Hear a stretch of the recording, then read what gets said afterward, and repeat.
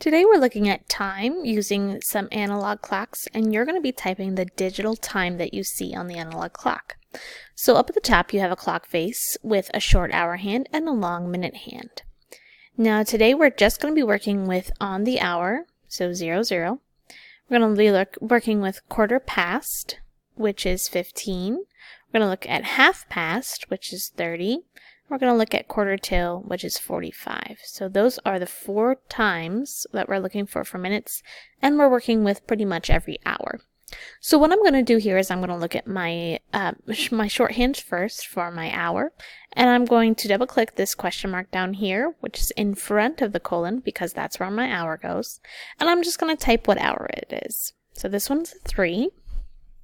And then I'm going to look at my long minute hand, and I'm going to double click the second question mark, which is after the colon, and I'm going to type the minutes. And I know this is 3 o'clock, so the minutes are 00.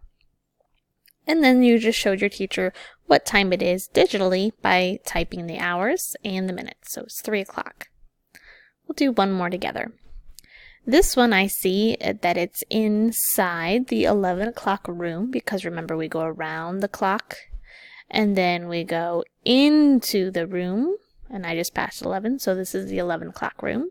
So I'm going to type 11 for my hour. And then if I need to, I can count by 5s, starting with 1. So 5, 10, 15, 20, 25, 30. And I know 30 is my minutes. Or I can just look at that and see that that's half past, and I know half of an hour is 30 minutes. So that one says 11:30. Over here on the left, you can scroll through and finish all of your practice clocks, and then at the end, you can turn it in.